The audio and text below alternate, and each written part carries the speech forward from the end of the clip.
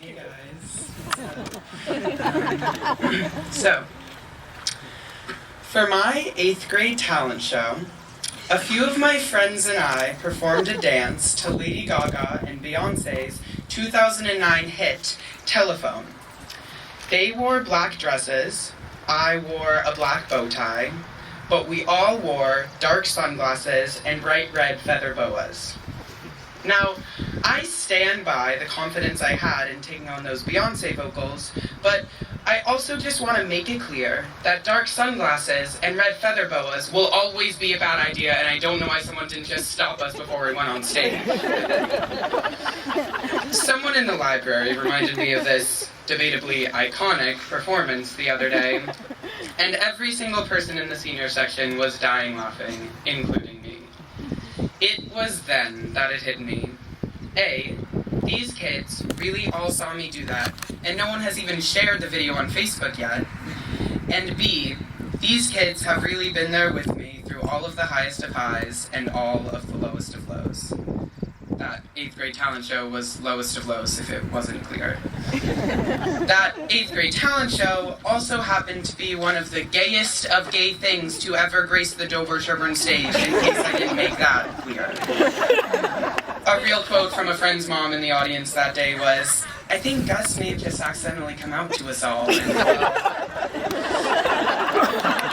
I grew up as a gay high schooler in a really interesting time, because national recognition and support for LGBTQ citizens took off in a way that's never really been seen with any other social cause in recent history.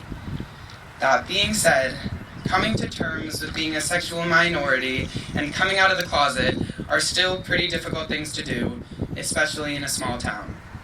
Acceptance of difference and change is not easy. I felt pretty different than a lot of my peers, and I just knew that gay kids were supposed to feel separate from whatever small suburban town they grew up in before they packed their bags for the big city.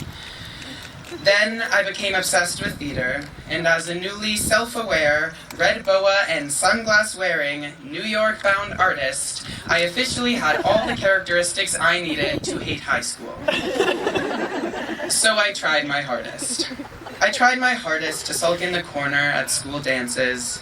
I tried my hardest to act uninterested at the football games I went to. But you are tough, Dover-Sherburne.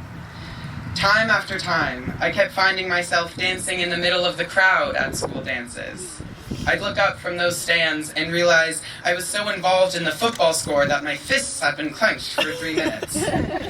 After Les Mis was over, I found Brendan Olsky, co-captain of the basketball team, coming up to congratulate me on my performance. Sitting in the library this year, I found myself laughing with the entire room about those haunting red boas from 8th grade. Shoot, I thought. I have to surrender. I loved high school, and I love this community. There, I said it, okay? That's me, the little flamboyant theater kid who loved high school. But I just feel like, come on, if you're stuck with the same 174 kids for that long, you're bound to feel some closeness to them, right? We all went through our relationships, our breakups, our breakouts, our games, our shows, our awards nights, our detentions with each other. We really were all there together every step of the way. That time spent side by side is something we will always share, and that kind of silent support is something we should cherish. At some point or another, I feel like most of us must have found the magnifying effect of this environmental reliability inescapably stifling. But I've come to realize DS has given me the privilege of learning what being a member of a community really means. Drawing strength and identity from a sense of collaboration and belonging.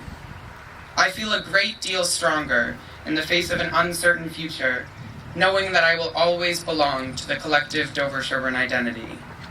This identity so potently becomes a part of every one of us that I know 5 years down the line at our first reunion, we'll still be laughing just as hard at our most embarrassing memories and smiling just as wide at our most triumphant ones.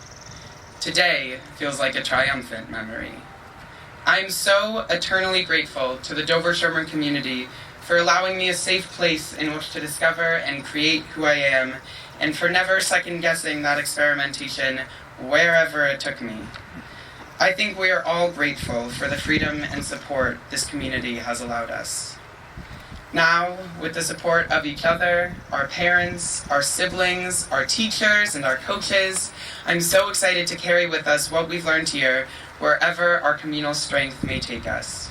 So congratulations, class of 2016. You guys are all so sick, and again, thank you.